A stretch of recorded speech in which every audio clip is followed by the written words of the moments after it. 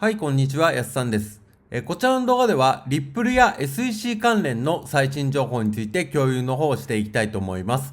海外の方から情報の方を精査してまとめておりますので、ぜひですね、最後までご視聴いただければと思います。はい、ではですね、早速、解説の方を始めていきたいと思います。ヒンマンメールについて、リップル社最高法律顧問が動画で解説ということで、前回ですね、ブラッド・ガーリングハウス CEO がですね、ヒンマンメールについて、自身のツイッターアカウントについてですね、動画の方を投稿のされたんですけども、今回に関しては、リップル社のね、最高法律顧問のスチュアートさんがですね、コインデスクの動画でですね、共有の方をして、くれましたので、そちらの方ですね、共有の方をしていきたいと思います。As I said, in December of 2020, when we were sued a couple of days before Christmas, so a really nice, personal touch from the SEC.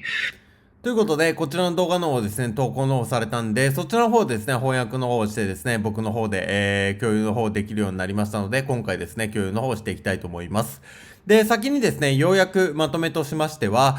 まず一つ目が、リップル社の最高法務責任者であるスチュアート・アルデロティ氏が、ヒンマンの文書の公開後、調査を呼びかけていると。で、二つ目、SEC は2020年12月、XRP の配布が有価証券として登録されるべきであったとして、リップル社に対して強制執行を行った。三つ目が、リップル社は SEC の内部メールや通信を入手し、ビル・ヒンマン前、企業金融部長が、デジタル資産に関する講演が法律に従っていないことを幹部から告げられていたことを明らかにしましたと。で、この文書は SEC が規制の混乱を助長し、意図的に悪化させたことを裏付けるものであり、リップル社の公正通知の公弁を強化する可能性がありますと。で、文書の意義は議論されているが、裁判官は関連性があると考え、公開を命じている。リップル社は自社だけでなく、米国内の暗号業界全体を代表してこの訴訟を弁護し続けている。リップル社はこの文書が自社の訴訟にとって重要であると考えており、透明性と SEC の戦術を暴露することが、同様の法廷闘争に直面している他の業界関係者にとって利益となると信じているということですね。最初にですね、要約のまとめの方を共有のをしておきます。ここからがですね、動画のですね、翻訳になります。結構長いのでね、飛ばして、気になるとこだけ見て、いただければと思います。全部の方はですね、動画の今回の概要欄の方に元記事として、リンクの方を載せておきますので、そっちの方ですね、クリックしていただきますと記事の方で見ることができます。はい。で、リップル社の最高法務責任者であるスチュアート・アルドリティ氏は、今年初めに、待望のヒンマン文書が公開されたことを受けて、現在調査を求めていると。2020年12月、SEC はリップル社に対し XRP という、デジタル資産の配布は証券として SEC に登録されるべきであったとする強制訴訟を起こしましたと。2020年12月、この件で私たちは孤独な戦いを強いられたと感じたかもしれません。しかし、2023年になると、これは米国で解決しなければならない非常に重要な問題であることは誰もが理解しているでしょうと。なぜなら私たちは彼らが間違っていると信じているからです。我々はSEC と懸命に戦ってきた。それは彼らが間違っていると信じているからですと。そして政策立案者たちが立ち上がって私たちに政策的解決策を与えないのであれば、私たちは解決策を得るには裁判所に訴える必要があるため、私たちはこの問題に関する SEC の考え方と2018年コーポレートファイナンスの元ディレクターが行った独創的なスピーチについて、SEC の内部電子メールとコミュニケーションを手に入れ、入手するために、戦ったと。そこで彼は、彼が作成した基準と基準に基づいてデジタル資産が有価証券から非有価証券に変化する可能性があると発表しましたと。その演説が行われる前に、SEC の議論が行われていたことが今になって明らかになり、私たちが学んだことは、ビル・ヒンマン氏が SEC の上級職員ら、自身の法務顧問や取引市場責任者らから、彼の演説は法律に従っておらず、でっち上げであり、すでに混乱している市場にさらに大きな混乱を引き起こすだろうと言われていたことですと。彼は SEC が対応できなかった法律の問題を明らかにしたのですと。SEC はこのスピーチを取り上げ、そのスピーチを宣伝し、現在もウェブサイトに掲載されていますと。そして彼らはそれらを武器に一連の強制執行を行い、強制執行による規制によって米国内の暗号経済を破壊しようとしたのですと。今私たちはこの文書を確認したのです。昨年裁判官も見た。新しいニュースは裁判官が7回目の裁判所命令でこれらの文書に関連し、国民はこれらの文書を見るに値すると述べたことですと。これは非常に重要な関連する多くの事柄に協力していますと。私たちの事件に関連するものの一つ目は、法律が忠実に適用され、法律が忠実に適用された場合、ハウェイと呼ばれる1946年の有名な最高裁のケースは SEC には当てはまらない。二つ目は SEC が市場における規制の混乱を助長したことですと。彼らは市場が混乱していることを知っていて、その混乱を意図的に悪化させる措置を取りました。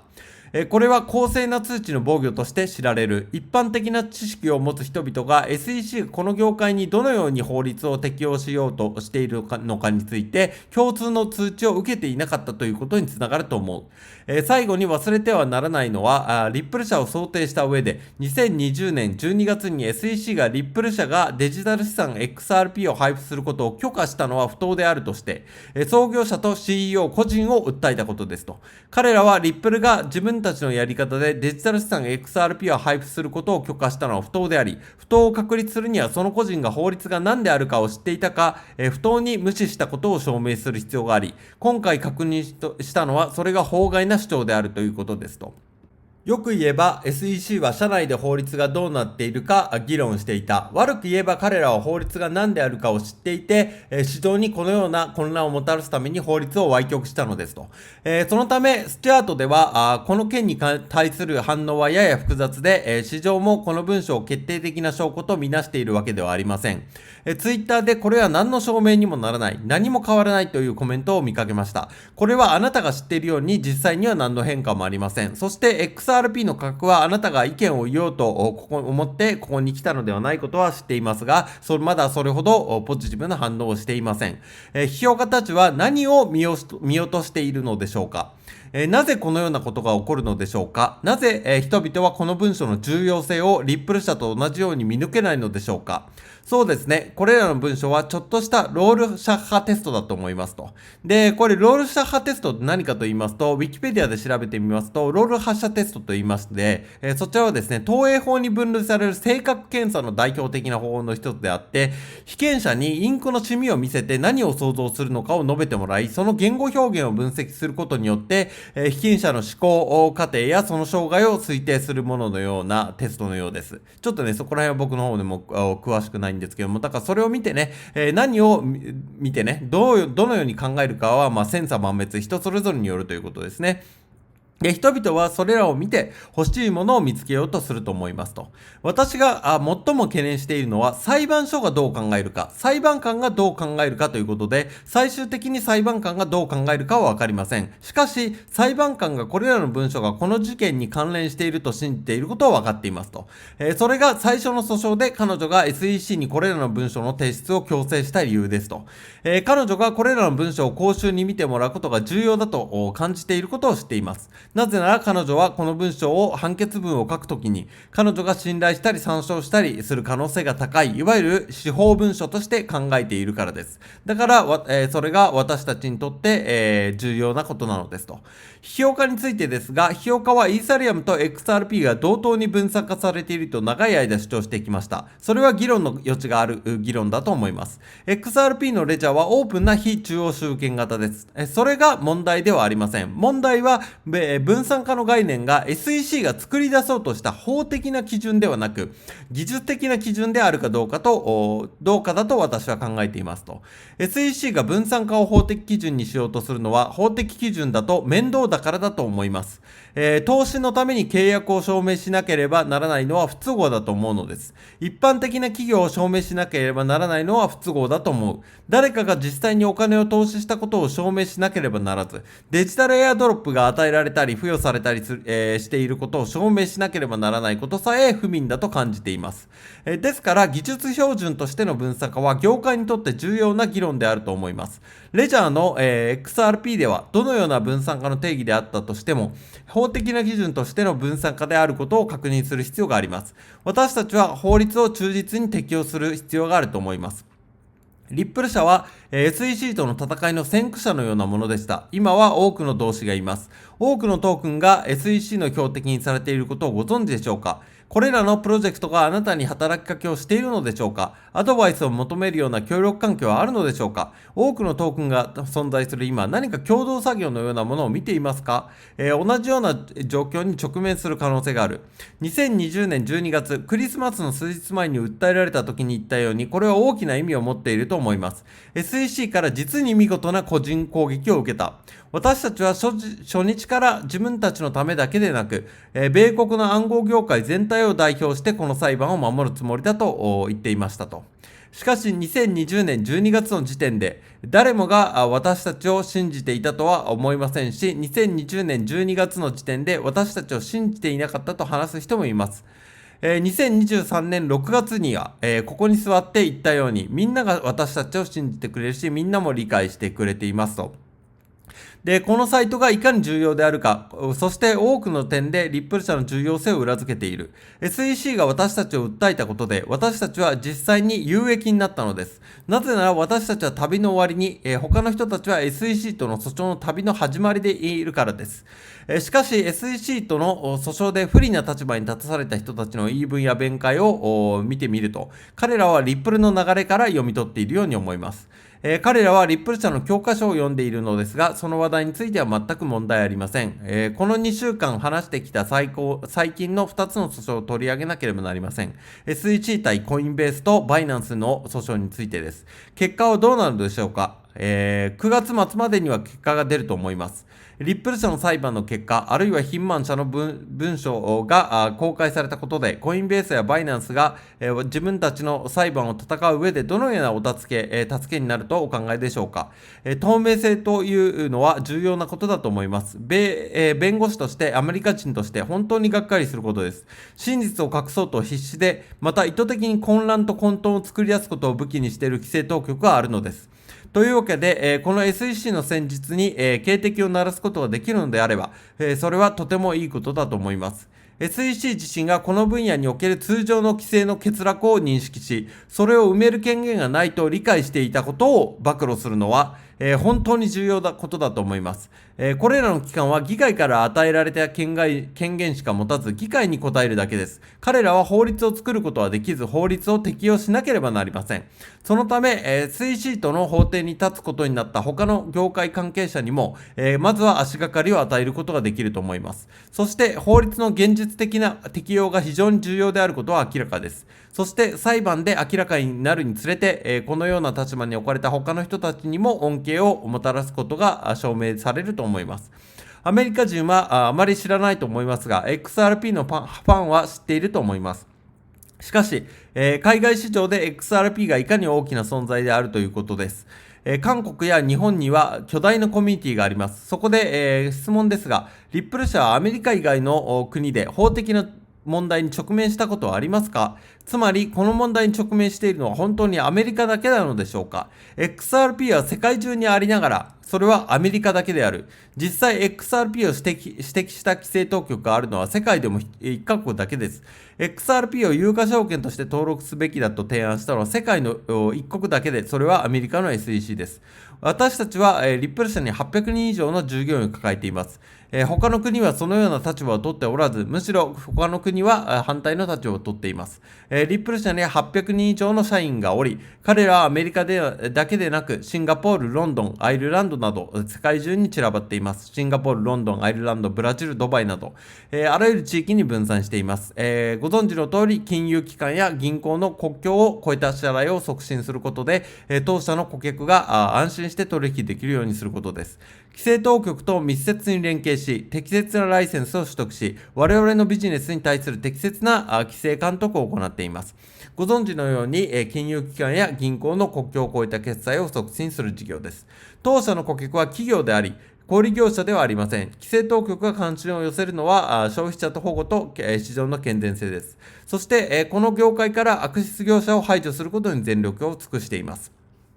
この重要な目標を業界の根幹をなす技術やイノベーションを潰すことなく達成できるような規制の枠組みを作ることです。残念ながら米国ではこの規制当局がこの指導者のもと、そして実際に以前の指導者のもと、暗号経済を破壊することに固執しているのです。何が起こったのか私たちは見てきました。過去2年半の間に、私たちは国外での事業拡大を余儀なくされました。10年間の会社としての歴史の中で最も成功したのはこの2年間で、その成長は全てアメリカ国外からもたらされたものです。そして他の企業もこの教訓を学び始め、このテクノロジー、イノベーション、起業家精神に目を向け始めています。技術革新、起業家精神、そして税金を投入して雇用を創出する起業家たち、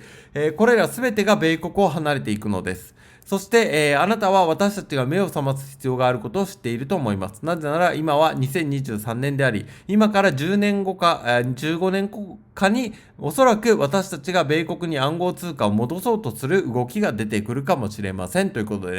ね、結構長い間ですね、スチュアートさんの方、自身のね、意見とともに、共有の方をしてくださいました。ということでね、ブラッド・ガーニングハウス CEO、また法律顧問のスチュアートさんもですね、このヒンマン文章についての価値があるということで、コメントのしてくださってます。で、略式判決は下ってないんですけども、今後ですね、また裁判、続いてですね、いろいろ情報出てくるかと思いますので、また僕の方でもですね、出ましたら、また情報の共有の方していきたいと思います。ということで、僕の方で今ですね、リップル関連、SEC 関連、フレアネットワース関連、ソルデニック、コアリウム、イノス関連ですね、すべて毎日海外の方から情報の精査してまとめております。できるだけ動画の方もですね、毎日配信できるように頑張っておりますので、よかったらですね、また別の動画も見ていただければと思います。また質問に関しても受け付けておりますので、動画のコメント欄、概要欄の方からですね、僕のですね、公式 LINE のリンク貼っておきますので、そちらからですね、コメントいただければ僕ので答えをさせていただきますので、よろしくお願いいたします。はい、ここからはですね、宣伝になってしまいますが、限定公開安さん流ハイブリッド資産運用ということで、今仮想通貨で2万円の元手に10ヶ月で500倍の1000万円突破、現在専門知識経験不要の不労所得スターシステムを開発して、月利 20% 以上で資産爆増中、0から30万円稼ぐ秘密の裏技、爆発的に増やす自動売買システム、500倍に資産を増やすとメソッドですね。こちら僕の公式 LINE の方に登録してくださった方に、漏れなく全て無料でプレゼントしております。動画のね、概要欄、コメント欄にも LINEの登録リンク追加しておりますし、あとはね、元記事の一番下スクロールしていただいて、プレゼントの受け取りですね、クリックしていただけますと、LINE の友達追加の画面に入りますので、そちらからね、登録してくださった方にすべてね、漏れなく無料でプレゼントしておりますので、よかったらこの機会にね、お友達追加していただければと思います。あとはね、今回の動画の内容でね、ちょっとわからないところがあったとか、もうちょっと詳しく聞きたいとか、あとはね、仮想通貨全般の質問も受け付けておりますので、何か気になることとかね、聞きたいことございましたら、LINE の方からお問い合わせいただければ、僕の方からですね、すぐ返答の方させていただきますので、よろしかったら、友達追加の方よろしくお願いいたします。はい、では長い間ご視聴いただきありがとうございました。